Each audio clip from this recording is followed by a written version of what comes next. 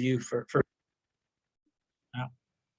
and as you all just saw, this meeting is being recorded, so hopefully you're okay with that. And so once again, thank you all for joining us. This is meeting number 4 of 5 that we've scheduled throughout the CERF process. And again, if you just jumped on, because I saw a few people that just jumped on, and if you did, please, and I can't see everybody, so because my screen, because of the the PowerPoint presentation that we have. So if for some reason your hand is up and I don't see it, please let me know somehow. Or anyway, so again, thank you all for being here on this bi-weekly collaborative meeting. And Ben, I think we can get to the agenda. Thank you all. So here's the agenda for today's meeting. We're moving towards a final draft, as you can see from the agenda.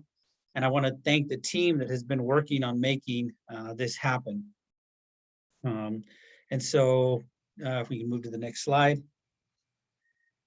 Great. So here's the timeline. As you all know, we had our meeting number 1, May the 25th, and we've been moving along. We're now in meeting number 4. And again, I want to thank all of you for joining us for these meetings. Your feedback and input has been critical, and we will continue to reach out to you for more help as we move towards submitting the final planning proposal. And so today, as you can see, is meeting number 4, and we'll be talking about how we're getting to the final draft and all of the work that is being done currently. And then, we look forward to meeting number 5 and meeting the submission due deadline that we have of Monday, July 25th, which we hope to submit earlier if we can. And so without any further ado, I guess I am going to now, if you can go to the next slide, and I want to turn this over to James Sly, who's going to update us on the proposal development, and then followed by Lori Saba on the stakeholder narrative. So James? Yeah, great. Can you guys hear me okay? Yep. Just checking. Awesome. So obviously this is a large, relatively complicated proposal with all of the partnerships that we have as part of this effort. And so our job, obviously, as part of the proposal team, is to help tie in everyone's contributions and everyone's organizations to craft a meaningful proposal narrative. And so Roque shared the timeline a little bit before, but essentially what we're going to be shooting for is a good first draft by the end of this week, and a draft for the leadership group on the 13th of July, and then the sort of almost finalized draft for the broader stakeholder group that's joining us for the call today by July 20th. The proposal needs to be submitted by July 25th. We're going to try and shoot for the Friday before that, because we all know that portals go down, and that would be a really unfortunate turn of events. So we'll submit it a few days early if we can. But if you've looked through the CERF guideline requirements, we're putting together each one of these sections right now. You can see that there are 20 pages max for these sections, and then a whole host of attachments and addendums and MOUs and partnership sort of relations. So expect that if you are participating in this collaboration, you'll probably be getting a data call from us. You'll probably be getting emails from us around either signing various support letters or MOUs, or like Lori's going to talk about in a second, providing some overviews of what you're contributing. But as far as the project planning, real quick, I think most of us have done this before. For the concept proposal, we're going to be outlining the entire narrative and demonstrating our partnership, talking about the partners that are available, the work that we'll be doing, and who's going to be included specifically. If you look through the CERF guidelines, there's a list of like 16 different types of agencies that can be factored into the partnership. And so we're going to be doing our best to spell out how each one of those people have a seat at this, the High Road Transitional Collaborative, the HRTC. In the work plan, we're going to be putting in all of the time frames, all of the deadlines, any of our perceived challenges and opportunities to solve those. And then you've got all of section 1 completed. So we've been burning through our proposal team, which is ourselves, the East County EDC, and a variety of partners, including the San Diego Foundation, the regional EDC, Roque at the Primo Valley Wellness Foundation. We're all sort of putting all of these together to ensure that, again, we check off all the boxes. As we're writing it, we're paying close attention to what the evaluation criteria is. Obviously, we've had some changes as far as what the proposal writing composition or the proposal writing team was composed of. So we're doing our best to pay attention to exactly what the grant requirements say to make sure that we're responsive. The community engagement and governance structure, we have a couple partners working on that, Megan and Kira from their organizations, to put together some of the objectives and the outreach and engagement strategies, the specific methods. Obviously, it's crucial to how well we're scored and evaluated as part of this. One of the key components they call out as they're evaluating this is equity and inclusion. So we've made sure to stress that as we reach out through the narrative. And lastly is the partnership agreement letter, which is the requirements say it's supposed to describe the relationships between all of the partners and demonstrate, the work they've done in the past, their contributions to the deliverables for this proposal, and how we're going to demonstrate some democratic decision making. But you'll see that again, you'll be receiving data calls from us and asks to sign letters of support and MOUs as we move through it. The last one, the documentation of meaningful engagement. Part of that is what we're doing right now. These sort of interactions, the recording of minutes, the shows of collaboration as we look to put together this proposal. And so again, we'll be trying to do our best to compile all of that and then present it as a story for the proposal. So I think that's it for me. And then I know Lori has some asks for the group. Thank you. Thanks, James. So these are big buckets of subject matter that we've surfaced from these various convenings. And this is not meant to be completely exhausted. It's what I could pull together. Again, we sort of jumped in the deep end here last week. So please, if you don't see your content there, I want you to add it. But what I'm asking at this moment in time is, we need content. We need your ideas. We need your examples in these areas. So I've tried to articulate the various buckets of focus for the narrative. And if you are part of the K-16 collaborative, I'll pick on my friend Deneen. I need a paragraph describing that so that we can include that in the narrative. And I need it by Friday. We're going to ask you to send it to Alex on the East County EDC team, and we'll put his email in the chat. But I'm going to show you a paragraph of a description that I've provided just to kind of give you guys a sense of what I'm talking about in just a quick minute. But we've talked a lot about engaging the Boys and Girls Clubs in this work and using your network and your forums as part of the community engagement process, how we might structure that kind of narrative around how you see your agency, your nonprofit, your organization involved in this. Now is the time to give us that description so that we can incorporate it into what we're trying to do. I've talked to Monty last night about some ideas that he has for the community. So these are written in as approaches, things we might do. It's not fully baked. It's not going to be completely inclusive of everything that we will do, but we have to give them a sense of where we're taking this. And so Rocky's helping me with some contacts across the Imperial Valley, so we can make sure that this is extremely balanced in the narrative. If we go to the next slide, this is a sample paragraph that I wrote. We've used this tool called the Talent Pipeline Management Program. It's a U.S. Chamber Foundation model. We've used it at the San Diego Regional EDC and has the San Diego Workforce Partnership. And it is merely being offered up as midway through the planning, when the community has surfaced industries that we are interested in developing jobs, this tool can help ensure that the training is available for folks and that the educational providers in our region are going to provide the kind of curriculum that will ready those people for beginning their careers, their career ladders in the identified places. So this is not a beginning of the planning process. This is sort of, midway through. But it's offered up as a tool. Whether or not we ultimately use it, I don't care. I'm just suggesting that this is a framework that we might include. And so since I was most familiar with the organization that I work for, I wrote it on what we might contribute to this effort.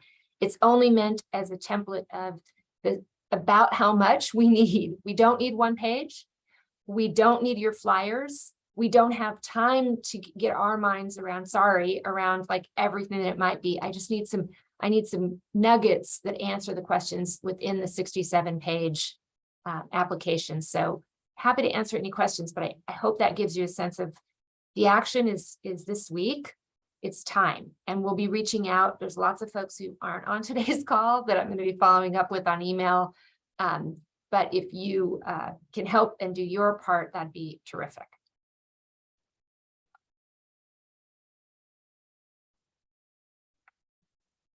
And I see a note from Carol. Please, Carol, send this to me, or to Alex, I should say.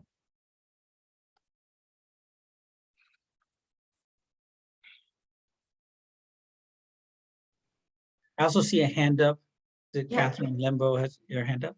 Yeah, Lori, do you also, like, we have a lot of ideas around community engagement, and especially community outreach in new and different ways that have Yes, been we're going to, by a number of agencies. Do I send that to you, or where do I send that? thank you. I think we're going to go into that next. And I know we got some news just this afternoon about the collaboration piece, the convener role, I should say. So I think that's next on our agenda, but the answer is that goes to Megan Thompson, and Megan's on the call today. But you can also send it to, I mean, you know, we're all in this together. So, but yeah, that, Kathy, that piece goes under the collaboration and community outreach. So let's get that to Megan. Thank you. Any other questions related to this? Lori, do we have is there a spreadsheet floating around of this group and what organizations they represent? Because Yes. what I would want to do is look at that spreadsheet and fill it with like organizations in Imperial Valley, like similar organizations between Imperial Valley and San Diego, if that makes sense. Yes, I think there is, we can put that in the chat. There's a number of spreadsheets related to this process. And I am working from one that I've sort of created to make sure that I've got enough examples in all these different buckets. And I reached out to Rocky last week, or a couple of days ago, feels like a week, but it was last week, or 2 days ago, for help with identifying partners out there. So I can follow up with you on that as well, Sean. Well, maybe Rocky and I can just get together since we office very closely. Okay. Yeah. Yeah, Sean, I did send it actually to Tim and to Mark Baza, but I'll connect with you today as well, because that is some of the help we were looking at, is looking at that list, and then kind of when we look at the stakeholder narrative is from the Imperial Valley, who can we reach out to, and want to make sure that we include in the proposal. So. Yeah, because I think that's, you know, one of our strong suits is, you know, like I don't see ICOE here. I don't know if they've been a part of this, if they've been invited, or the Housing Authority or Public Works, you know, those kind of organizations we need to have here at the table. Yeah. Thank you. And if I'm missing an entire bucket, you can tell me that too. These talent through health, safety, and well-being, I may not be inclusive of everything that we want to cover. So. Great. Thank you, Lori. And again, remember, please send in this information or contact us, because we need it by Friday, July the 8th. And then moving on to the market analysis and talent pipeline management, Daniel and Mark, I think you're up next. We went to budget before. I guess Sorry, Roque, I swapped a couple slides. Oh, okay, good. Well, then let's go to sorry about that. Let's go with the budget, and thank you. I think that's Katie and Susan. And really, again, thank you to the San Diego Regional Policy and Innovation Center for your partnership and the work that you continue to do. And so, and thank you for this important piece of work around the budget as well. So I'll turn it over to Katie and Susan. Thanks, Roque. Hi, everybody. I'm Katie Sawyer. I'm with San Diego Foundation, but lending some support to the PIC team and the CERF effort for these few weeks. And then we can jump into the next slide. So something that came up when Lori was speaking, that also we see in the very high level budget draft, is that this is for the planning phase of the CERF grant. So the approach to outlining our high level budget is that we're leaving a lot of space for collaboration not naming, insofar as it can be avoided, which it largely can be, not naming specific organizations or projects at this phase. Because again, this is the grant to do the planning work. So what we see in this super high level budget draft is a real emphasis on the convening work, planning, capacity building for the CBOs who are involved in this work, and we're making sure that this is in alignment with the governance structure, with community engagement plans. Carved out, of course, portions for the fiscal agent and the conveners to help defray some of the costs of those roles. And the next phase of budget development is with the proposal team and the leadership team building out a narrative around this, what we're looking at here, adding, of course, some more specificity. And then the following phase is doing some translation. This is really, what you're looking at here is really what will be described in the budget narrative, but then there's got to be some translation also into the application's budget template. So still certainly work to be done there. And then one piece of news that I did want to share with this group is that the San Diego Foundation has committed to fronting up to a quarter of the grant, so that the important work of especially the convening work of the community-based organizations can get started right away, and not having to wait for the reimbursements that are the normal CERF process. Susan, I know we were both on the previous slide as presenting this. Anything to add before we open to questions? Well, Katie, I think that was a great job. Thank you.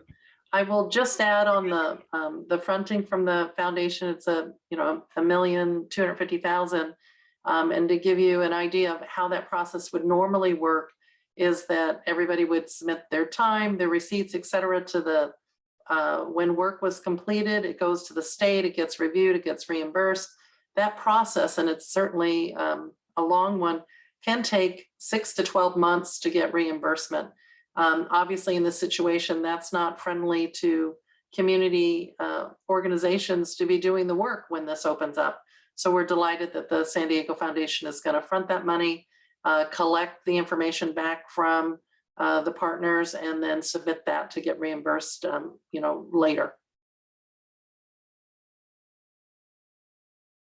And we'll open it up to questions.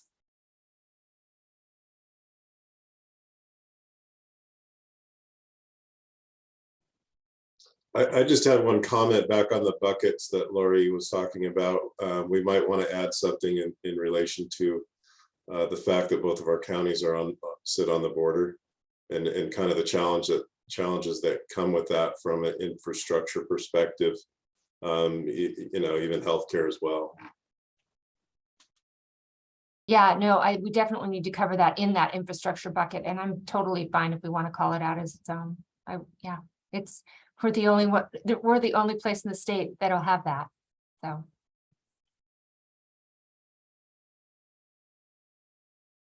One thing that I'll add, when you look at the outreach and capacity building, you'll see community planning and capacity building there. That takes into account that not only will we be convening to share information and take in information about what types of things people are suggesting and communities need, but also to create enough bandwidth and capacity so that if, when we get to the end of this, that there are 3, 4, 5 different types of projects or industry related plans that grow out of this, so that we're not just talking, but have something for the next phase to build upon, to chase anywhere from $25 million to $50 million. So the two phases aren't actually completely bifurcated. You have to set up the start to be able to roll into the next phase through this process to get community input. So that allows for building that capacity. And I'll just add too, as you look at this budget, the last bullet item around regional convener, it really now is conveners with an S. We just initially the proposal guidelines indicated that you can only have one convener, and we just found out yesterday that we can have co-conveners. And so we've had conversations about that quite a bit. So that's great that we've had those conversations, and that's part of this proposal that we'll be submitting, is the importance and the value of having co-conveners, because, you know, it is based on a region. We have, you know, different folks that are there from Imperial County and San Diego County as well. And so I think that will be an important part of our proposal, is, you know, this opportunity and ability to have identified co-conveners for this role. Just a question, Rogue, and clarification. That would be like myself that has San Diego and Imperial, or no, as being listed as a co-convener. Well, we haven't decided that yet. I think, you know, we'll be looking at, it doesn't mean that one organization has to be doing both work in Imperial County and San Diego, right? It means, I think we'll be looking at, you know, who's the most appropriate for us to have as conveners, whether they're doing their work exclusively in the San Diego area or in the Imperial County area, but that's still to be decided and discussed. Perfect. I like to, between here and there, I like to talk with you and Sean a little bit more in detail about. Sure. Thank you. Okay. So I think I don't see any other hands up. So Yeah, mine's up. sorry, I can't Kathy. see everybody. I'm sorry. This might be an idea, is that to have conveners, but you could also have sub-conveners, because there's a lot of community agencies that do that kind of convening work on an ongoing basis. Not just for something like this, but you have a lot of the smaller organizations that are always doing this around all different kinds of issues. So I don't know if that, you know, so that you have conveners, but then you have, I don't know what you would call them. I don't know. Yeah, that's a great point, Kathy. And we have had that conversation about, you know, we haven't labeled them sub-conveners, but we know that in order to be effective, especially since the focus here is on disinvested communities and vulnerable populations, that is going to be, it's a definitely required piece to do that effectively. And I think, you know, Megan will talk a little bit more about that, I think, under the outreach and engagement piece that she's leading as well. So. Okay. If I could add something just from the compliance standpoint that everybody should start thinking about is, you know, these original dollars are federal dollars that are rolling into the state and then now coming out of a state fund. So what we've been told is to anticipate that we'll have to meet federal compliance regulations as well as state compliance regulations. So if you are listed as an initial convener, you're likely going to be at a minimum of sub-recipient of the award and subject to federal and state compliance reporting hours. Unless you have a direct rate with the federal or state government, it's probably at 10% indirect, and you'll get your hourly plus fringe and the percentage. If you are a contractor, which is, Catherine, more in line with being essentially a sub vendor or a contractor providing those things, you don't have to do all of those same requirements, but can get a contracted for fee for the work that you're going to do. So it's a lot less onerous from that standpoint, doesn't require the insurance, the reporting, the hourly timeframes, and all of that. And whoever, by the way, is listed as that sub-recipient or recipient as a convener is going to undertake the responsibility. Also, the fiscal agent takes the responsibility of all of the things that flow underneath that and reporting requirements. You know, It's we're just used to something to that. think We have two $30 million federal contracts, so we're kind of used to that. Well, I know you are, but that was for the general conversation. But I also think that there's a way for the smaller organizations to fall under larger organizations. I mean, that's how we've done it in Promise Neighborhoods. We did it in the immigrant shelter and stuff. So I think there's ways to keep people from that onerous kinds of stuff and be able to get as much money as possible down into the agencies that, or the organizations that are really deep in the community doing some work. Sure, they would be contractors. And exactly flowing how you talked about when you reference subcontractors. Great, thank you. And I see Robert, your hand is up. Yeah, hi. This is Bob Burris. I'm with Rural County Representatives of California, and this is my first meeting. So I'm learning quite a bit here. You guys have really moved this forward very quickly. I am just a point of clarification. I was under the understanding that funding for this program was switched over from federal funds to the general fund about 2 months ago to have more of the flexibility and not have to work under a lot of the regulations and strings attached to federal funding. Is that not the case? No, that is the case. The money about 2 months ago was transferred into the state's general fund. What remains at issue is to whether or not the state is going to have to report up in the same manner and how much they're going to require as in the chain and reporting to them, because they still have to report for those dollars. So it's helpful in that it allows the flexibility of payment, which you, for example, the categories that the money would go towards and those things, but it's unclear at this point in time how that reporting structure from federal to state to recipients will be handled. Okay, thanks, Susan. You bet. Any other comments or questions? Again, I can't see everybody, so I don't know if your hand is up. And I don't hear anybody, so sounds like we might be ready to move to the next slide.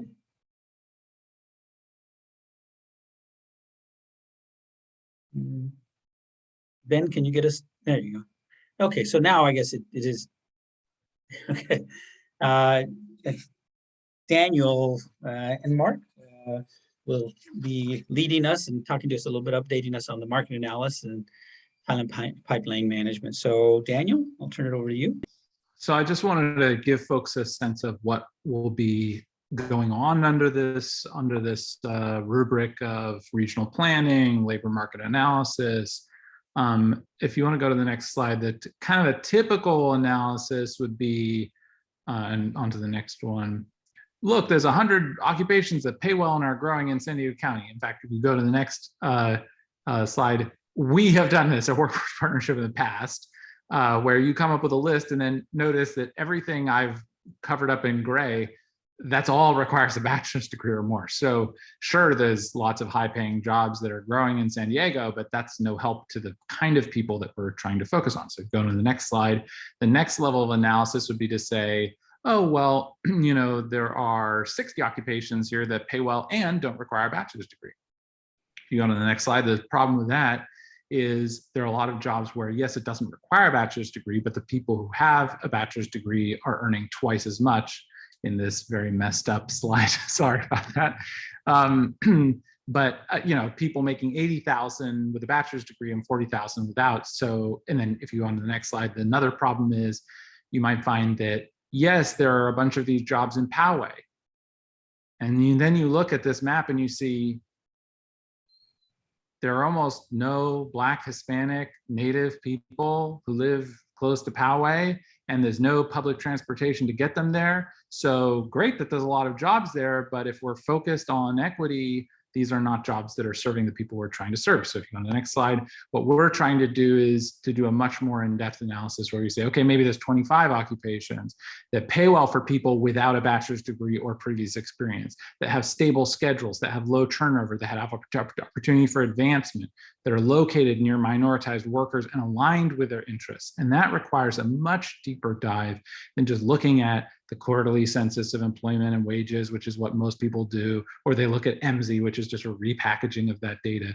We have to look at the American Community Survey to get that data about where people are living and what the rates of poverty are. We have to go to the current population survey, which has got a quasi panel, which allows us to look at when people get a job in this field, what happens to them next? Do they advance or do they just peter out? We have to look at employment development department data, EDD, state data that our colleagues in Imperial and we have exclusive access to, which is like shows us everybody who signs up for unemployment insurance. It shows them their education level, their experience level, their occupational interests. So the goal here is to say, what are the jobs that are aligned with the interests and level of preparation of the individuals we're trying to serve? how do we identify those priority sectors and occupations? And then the next step is to, if you go on to the next slide, is to do talent pipeline management. And Lori alluded to that, but actually I'll first talk about equitable workforce development. So if you go on the next slide, you might say like, okay, here's one of the most expensive programs of the community colleges, dental hygienist degree, right? $20,000 for the courses and the supplies. And so we might say, well, this is a great opportunity. You could take somebody who's straight out of high school, you could give them this degree. In 2 years, they'd be earning 6 figures. Amazing, right? So let's just make an associate degree free. Let's pay for that. Now it's equitable. Anybody can become a dental hygienist. Well, the problem with that is, if you go to the next slide, the opportunity cost of a 2-year degree is 2 to 3 times higher than the actual cost of that degree. So if you assume you're making $15 to $21 an hour and you have to take 4 15 credit semesters, the semesters last 6 weeks, you have to work 3 hours per week per unit of credit, which is the estimate that the community colleges give us. You're giving up $40,000 to $60,000 of earnings that you could have had if you had been working at that time, even at low wages. So it's not enough to just say, oh, we'll pay for education and then people will be able to advance into these important careers. We have to acknowledge the underlying facts behind the labor market, which is that there is incredibly unequal distribution of wealth, not of income, but of wealth, which is what helps you get ahead, which is what helps you invest in your career and get ahead. The median white family in America has $163,000 of wealth. The median Black and Hispanic families have $16,000, less than 10%. So we have to think about, how do you cover those opportunity costs? So the whole goal of this analysis is to figure out what are the pain points for the workers, and how do we support them to upskill to be able to obtain these jobs? And then the talent pipeline management process, which is in the next slide, is really addressing the pain points for the employers. So actually, you know what? I forgot I had this slide. So this is kind of an apprentice model where you say, okay, I'm interested in being a dental hygienist. We give you some money up front. We send you through a rapid training program to become a dental assistant. While you're working as a dental assistant, we advance you through a dental hygienist program, right? So like there's a step-by-step process. This will be very familiar to folks from the labor movement. You know, it's really basically an apprenticeship model. And then once you have that, then it's talent pipeline management. And I'll just quickly describe talent pipeline management, and then it looks like there's a bunch of questions, so we can get to that. So the next slide. Basically, the idea is we get employers together and we find out what are the skills requirements they have, what are the pain points they have. And part of that process is advocating for job quality. So often what happens is you get employers together and they say, oh, we can't recruit enough medical assistants. Well, great, how much are you paying them? $15 an hour. Well, there's your problem. So it's partly advocacy, it's partly finding out what they need. And then we get to a point where we share those insights with education partners, and we publicly recognize programs as preferred providers, which means that employers are saying, if somebody goes through this program, we're really interested in helping them get a job. And we build a network of equity-focused preferred providers, and we help them connect companies to diverse pool of program grads. And then finally, the next 2 slides, EDC, this is just some information on EDC. 96% of chief academic officers think their institutions are preparing for students for work, but only 11% of business leaders agree with that. So this is one of those things where we've got to bring together in the planning process people from the employment side and from the worker side. And then just finally, there's all of these benefits of talent pipeline management. And I don't remember if I've got one more slide that talks about the benefits already that we've observed in this process. No, I don't. But this can be an incredibly successful project, especially if it's paired with an in-depth understanding of where the needs are and where the desire is for workers to find work. Okay, so looks like there's a lot of questions. Patricia, I saw your hand go up first, so if you want to share that. I was going to say, Eric has his hand up there. Go ahead, Eric. Sorry about that. So I guess maybe two questions, or maybe a question and a comment. So my question is, I'm trying to figure out, how does this relate to what we just, kind of went through for the first half hour? Are we, or is, I mean, is the grant writing kind of buying in, and Daniel, apologize for being a little bit strong on here. Is it buying into the workforce partnerships approach on this way, or is it just an example? Or, I mean, where does this sort of fit within the first half hour of conversation? So this is the labor market analysis depends crucially upon the community engagement and convening work. We're not going to sit down and start doing a labor market analysis today or whenever, whenever this grant is awarded, and then wait and hear that what people want is something completely different. There's a 2-year kind of range for the planning grant, and it would be foolish to take the current labor market and try to say, well, that's what we're going to have for the next 6 years of implementation time, or 5 years of implementation time, when we know, because we can reasonably predict based on Fed projections that the labor market's going to change. Yeah, I got a master's in economics and have spent 20 years doing labor market analysis. Great. So I got that. But I wanted to ask a different question. So again, where does this approach and sort of fit by the people that are writing the grant? Is there a presumption that the labor market analysis is going to be done by workforce partnership with this approach? I'm trying to figure that out. I think I don't have any presumption about who's going to handle the labor market analysis, but as an economist, I have a very vested interest in it being done well. So I think that if other folks come up and present a really compelling case of like, hey, we want to be involved in this. The problem with this model, and then I'll just shut up. There's at least two core problems with this model. One is that by sort of the way in which it's designed, it's large company centric, because it is difficult for small and medium companies to engage in this iterative long process outside of other ways that they're engaged to the workforce pipeline. For example, community college and university advisory boards who do this work on a continual basis in large numbers of programs to try and deal with this. Secondly, you just raised my cackles. If you look at census block or city level data, you're absolutely right about your analysis and your sort of ding on Poway. But if we get down into the census block level or other levels, there's absolutely pockets of poverty, and there are pockets of disadvantaged populations that have been underrepresented in South Poway. I'd be happy to take you on a familiarization tour. And there's opportunities that if we take a geographically inclusive view of the region, there are opportunities I think you will find throughout the region to connect people in the way that you're talking about, to deal with communities that have been left behind by economic advancement. So, I want to make sure, that's more for the group or for Lori or for Rocky, is that it is important that, I think the cart does not get before the horse, and that we really lean into at least two things, which is one, if we're going to use a community engagement process that looks at employers, how do we make sure we build resources and opportunities for small and medium-sized employers that are the bread and butter of our region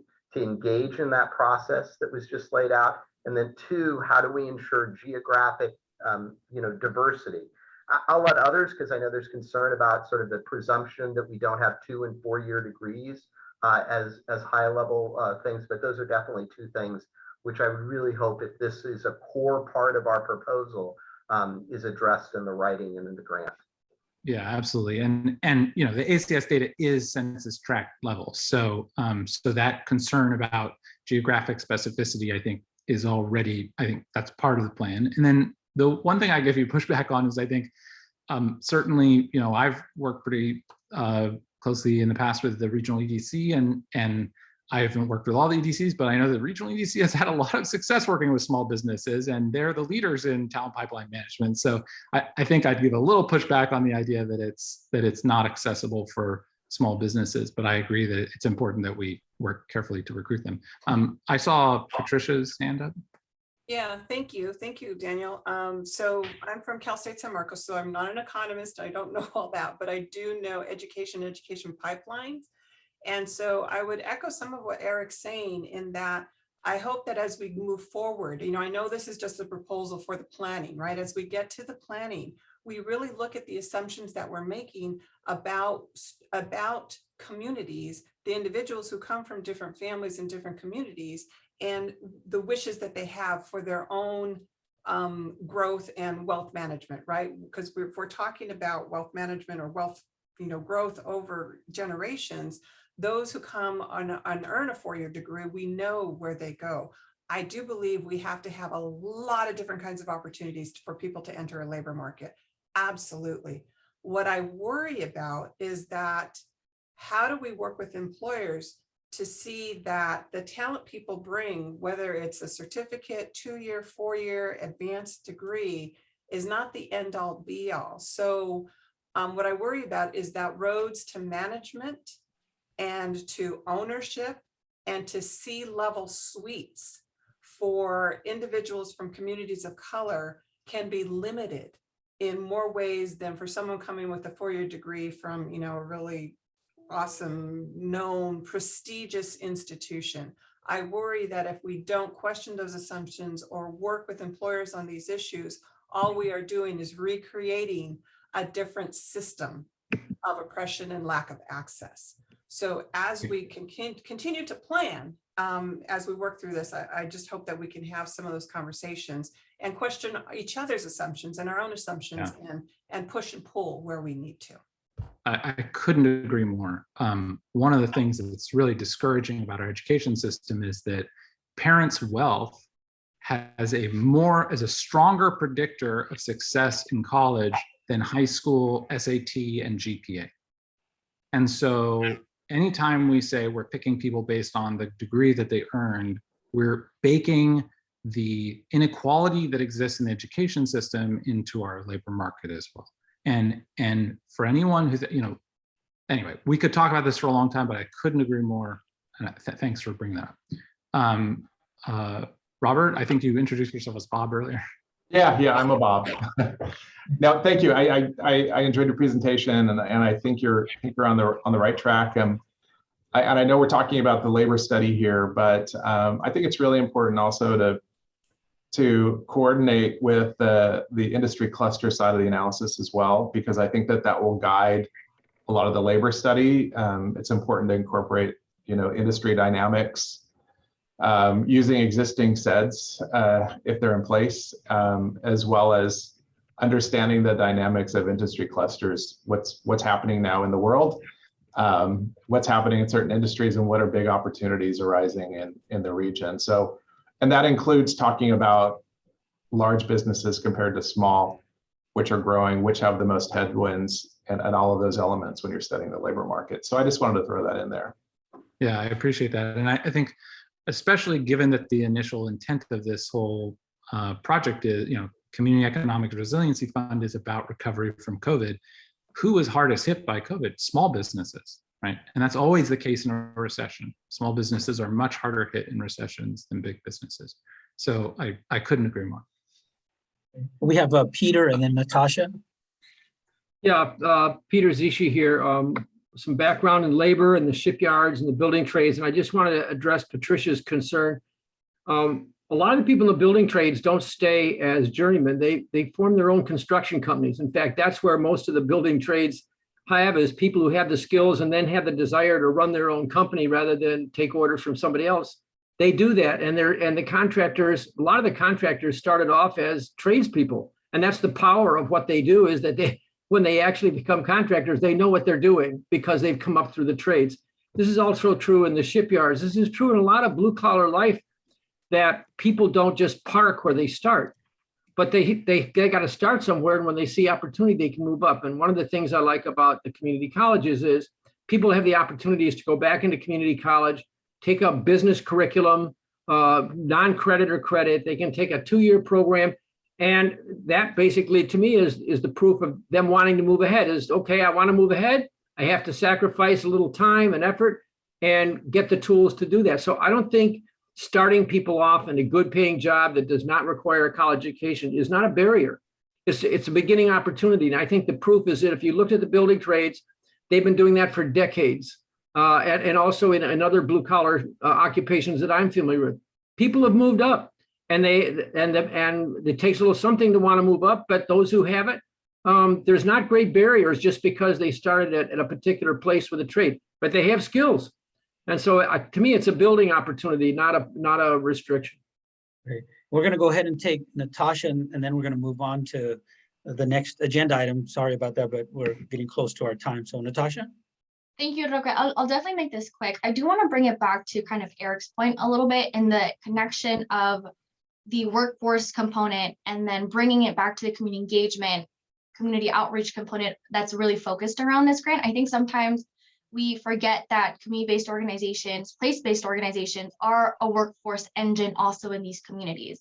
So when we think about how even this funding is being allocated into these place-based organizations, that is a means for workforce development in those specific communities. So for us not to potentially go down that route, and this goes back to the intentionality of the budget that was brought up before. If we're not intentionally investing in these CBOs, place-based organizations, then we're doing a disservice in the future of the workforce development here in the city of San Diego and in the region as a whole, because we're not investing in those communities that have been impacted.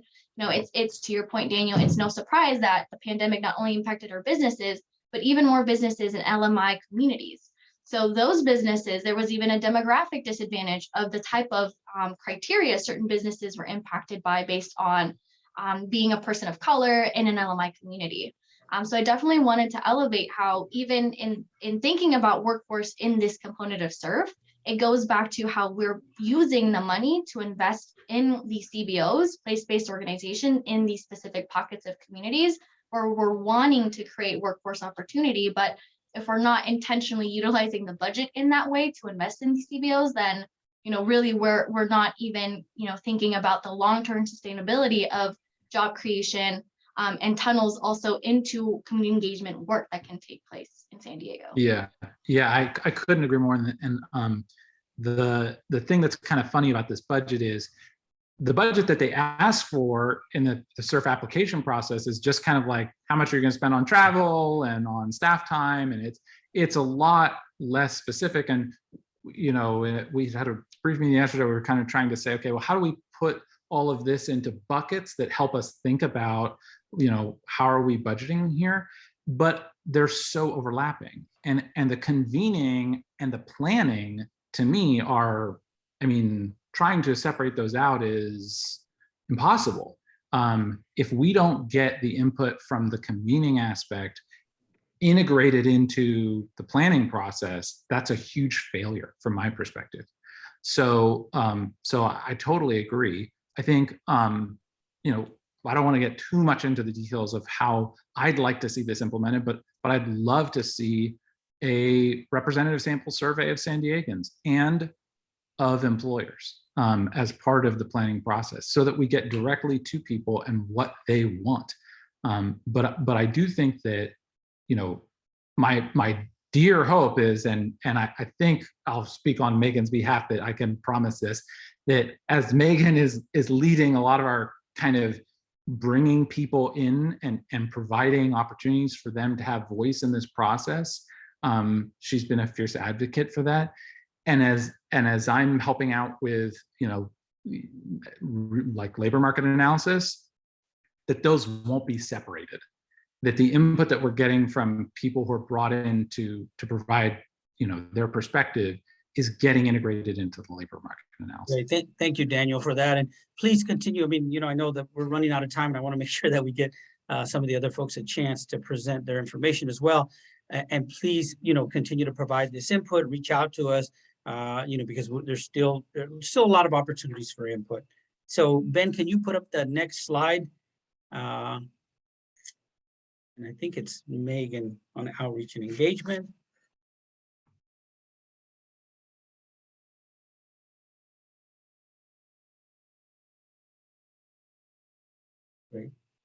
Great. So Megan, again, thank you for all of your work around this. I know that you've had a team of folks with you. And so I'll just turn it over to Megan. Hi, thank you. I'm going to dive right in so we can keep moving. Yes, so this has come up a bunch over the last hour and a half. A lot of what we need to see here is input from a multitude of people, particularly those who are closest to the communities that are distinctly outlined in the SERF solicitation as those who are meant to not only benefit from the funding, but lead the work and the process so that their experience in those communities is shaping the strategies that we have, because we know that coming in from outside, to Natasha's point, to a place and defining a planning and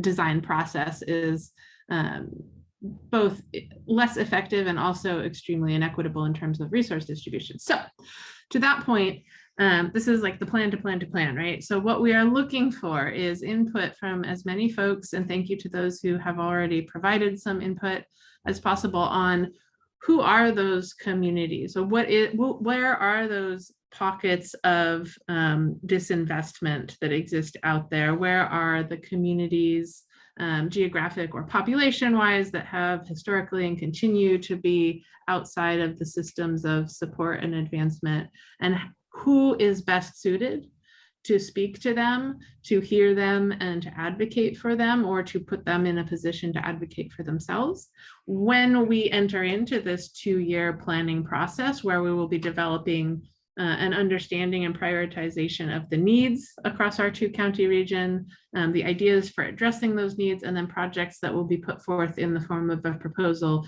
to the ongoing implementation funding through SERF, but also that we can sort of match to other sources of funding. And in particular, we want to think about ways that we can put that work and the funding to effectively do that work in the hands of the community groups that are directly representing folks. So, to the extent that you yourself are one of those organizations, or you have contact with groups of people that may not even be a 501c3 organization or otherwise, they might just be groups of folks out in the world, please reach out and contact me. If you have an understanding already, and I put a link in this document and we'll share that, I put a link in the chat and we'll share that out again. Please feel free to use that document if you know, oh yeah, we're gonna do outreach in this community in this way, and here's how it's gonna go, and it's really straightforward in your mind. If you need to talk it over a little bit more, or you're just like, ugh, Google Docs, I reject them. Send me an email or call me up and we can talk it through. I think Lori was saying before, like, this doesn't have to be super detailed, but it does need some level of thought going into it, because what we want to be able to do based on what is called for in the proposal, which you can see in the bottom page of this Google Doc, is sort of exactly what they're asking for. It's not just who we're going to reach out to, but what is the strategy to get there, and what is the timeline on which that will take place? And what my goal will be, because we have 5 to 8 pages total to do this, and a multitude of communities, folks, groups, strategies that are going to need to take place, is to start to look at the input and then group it into strategies and be able to describe as a region, how are we approaching different ways to reach out to folks, and to have that also come with an understanding of what the resources are needed to undertake that, so it can be incorporated into the initial and then more detailed thinking about the budget, and how that's going to look either as laid out now or as it needs to be adjusted. But then also on what are the supplemental resources that we have. There might be organizations that are doing some of this work in the course of other projects where we can use some of that information. There might be philanthropic institutions that can supplement some of the work if that is in line with their mission and their green teas. So we really want to think holistically about using this as a way to bring forward the leadership of community organizations that are deeply embedded. In the interest of time and not going on too long, I will stop there. As I said, I will send out a note, I guess via the powers that be at PIC that has a link to this and a link to, we'll have a meeting next week and the following week to review sort of the draft and see where we have gaps and who else we might need to reach out to. End scene. Great. Thank you so much, Megan, for that update, and please, continue to provide your input. With any of the folks, that were on today, I know there were some specific questions or input that you want to provide. Please feel free to reach out to those folks. I mean, this is an inclusive process, and so we encourage you to do that. If you don't have, their contact information, please reach out to me, or to the PIC office, and we will make sure that we put you in contact with those folks that presented today, and that you want to share additional information with or have a conversation with. I think there's a couple of, maybe the next slide, Ben, is action steps, I think. So do you have a next step? Yeah, okay. So again, don't forget to please provide the stakeholder narrative information. Here's an email address to send that to. Our next meeting for this broader group is on July the 20th at 1:30, where we'll do a presentation of the draft proposal. And I believe if you want to stay updated, then the last slide I think that we have on here is the email web page address for Southern Border CERF. And so, the information that we've shared today, we'll be updating that web page. And there's, contact information there as well. So please stay updated and informed this way. And again, please, contact any of us with additional information that you may have, or questions or concerns that you may have. And so it is now 2:30. I want to honor everybody's time. And so I just want to thank all of you for being here today. And I hope that you will join us either for some of the other conversations that are going on, or for the next meeting that we have. So on July the 20th at 1:30. So thank you all for being here today, and we'll keep you updated and stay tuned. So have a great afternoon.